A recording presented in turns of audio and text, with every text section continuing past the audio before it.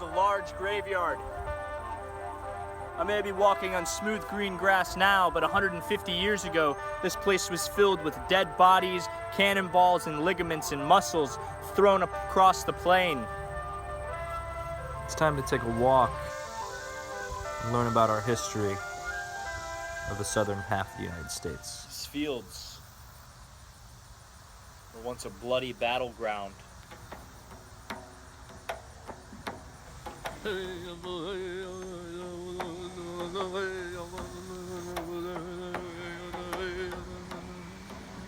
These once green fields, beautiful rolling grass, lush grass that was green, was once flooded with human remains.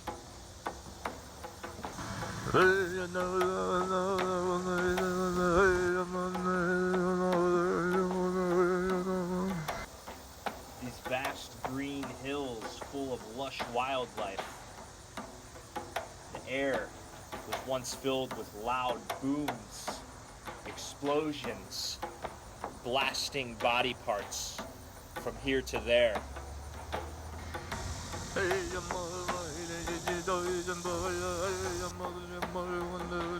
Limbs were scattered across these lush green fields, and as opposed to being green, it was nothing but red.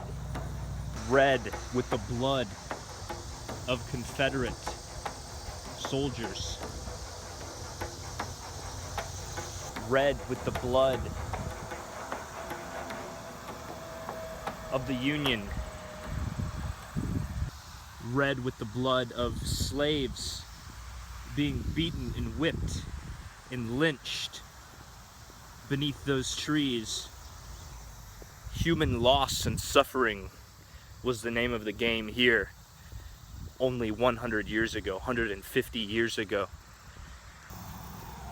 Young men who swore to protect their land and their country, punished by the cruel hand of war. Some say every evening you can even hear the voices of the crying young men and boys whose lives were taken from them, crying to their mothers and to their lovers for one last goodbye, one last kiss. Beautiful, isn't it?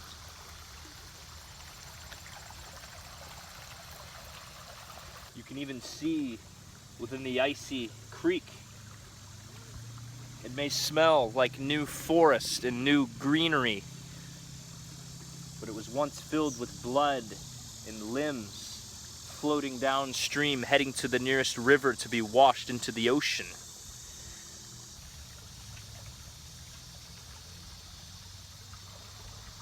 This very beautiful stream was once a nightmare.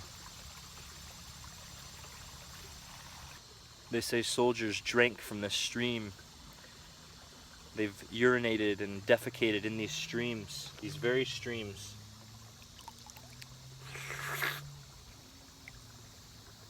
You can still taste it. You can still taste the feces of the Confederate soldiers. They say this is one of the droppings of one of the Union soldiers. It's been well preserved over 150 years. And you can see their diet of corn and walnuts right there. Definitely a great find here today. They say that Confederate and Union soldiers used to feed off of these plants called fire dillies. While they do look rather venomous to the touch, they're a rather tasty treat that our Confederate brothers once ate.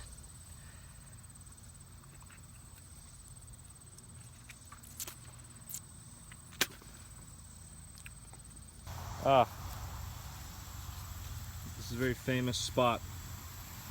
This is where they say that the Confederate soldiers retreated down this passage and the Union soldiers were looking for them through those shrubbery. Confederate soldiers were fleeing, trying to hide from the Union. And they say that they stood right here and hid within this shrubbery. But then the Union heard them and laid them down, murdered them within cold blood. These vast, lush fields were once the site of a terrible war.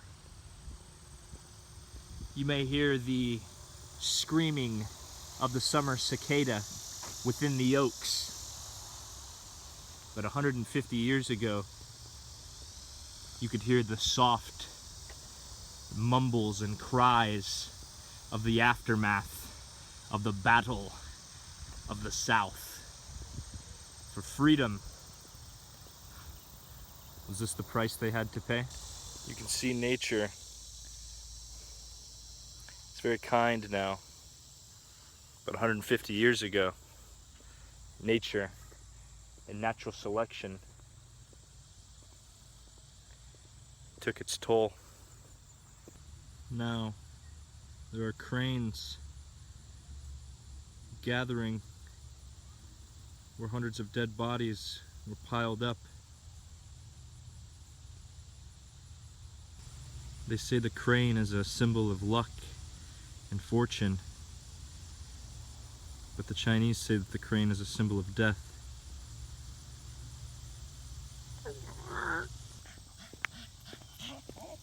Oh, we meet again.